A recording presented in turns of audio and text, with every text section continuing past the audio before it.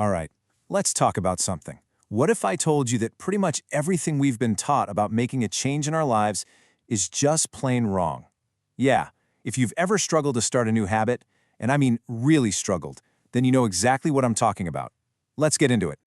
So does this sound a little too familiar? You're up late, scrolling, watching all these super inspiring videos. You feel incredible. You're thinking, that's it. Tomorrow is day one of the new me. And then you wake up, and you just do the exact same things you did yesterday.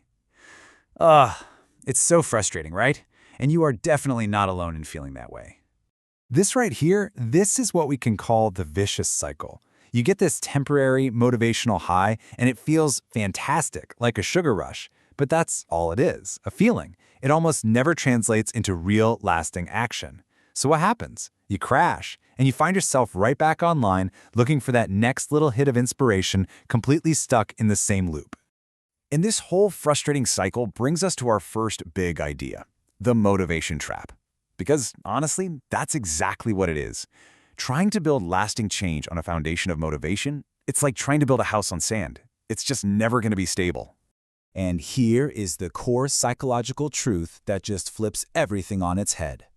The science is really clear on this. Motivation is an emotion. It's temporary. It comes and it goes.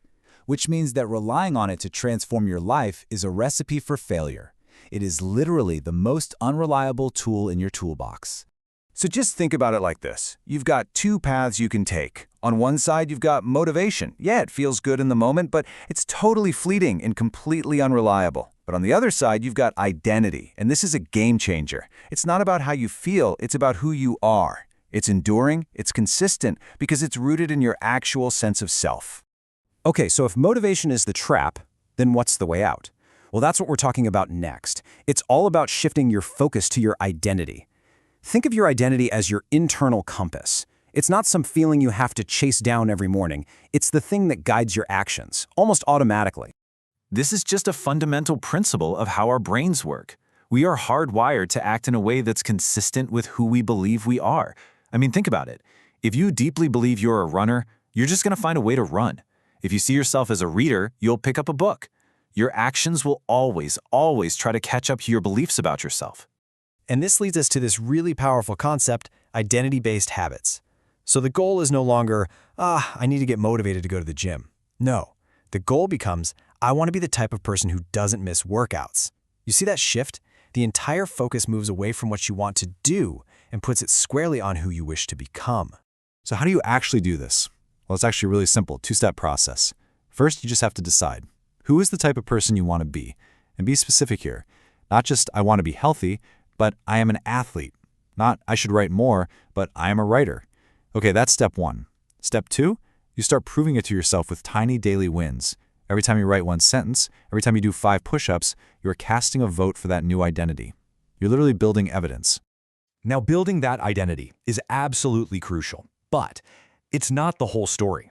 There's another huge force at play here, one that's often totally invisible to us, and that's your environment. Trust me, its influence over your behavior is way more powerful than you realize. You know, we love to celebrate willpower. We think we can just grit our teeth and power through any temptation. But the science tells a completely different story. The cues in your surroundings have a much stronger pull on your behavior than your internal willpower ever will. It's just easier to not eat junk food if it's not in your kitchen in the first place, right? I mean, when you look at it this way, the difference in impact is just staggering. Willpower is this tiny little influence. Your environment, it's a massive, overwhelming force. So the big lesson is to stop trying to have more self-control. It's a losing battle. Instead, focus on controlling your surroundings. Make the good habits easy and obvious, and make the bad habits difficult and out of sight. All right, for our last piece, let's get into the really cool science that makes all of this permanent. We're going to talk about how you can literally, physically, rewire your brain to make these positive changes totally automatic. The magic concept here is called neuroplasticity. Basically, it means your brain isn't fixed like a rock, it's more like clay. It is constantly changing, adapting, and reorganizing itself based on your actions and your thoughts. Every single time you do something, you strengthen the neural connections for that action. You are, quite literally, the architect of your own brain. So here's how that rewiring process works in 3 steps. You start by consistently repeating a small new behavior. And at first, yeah, it's going to feel a little uncomfortable. Think of it like trying to walk through a dense forest where there's no path. It's tough. But if you walk that same route every day, you start to carve a trail. And that trail gets deeper and wider, until eventually, it's a superhighway. The behavior becomes so easy, so automatic, you don't even have to think about it anymore. So if we boil this all down, what's the big takeaway? It's this: stop chasing the feeling of motivation. It's a ghost. Real, lasting change is not about how you feel. It's about who you decide to be. Every action you take is a vote for the type of person you are becoming. And those small wins, they are not small at all. They're everything. So I want to leave you with a much better, much more powerful question to ask yourself. The question is no longer, how do I get motivated? Let's just throw that one away. Instead, every single morning, ask yourself this: with my actions today, who am I choosing to be?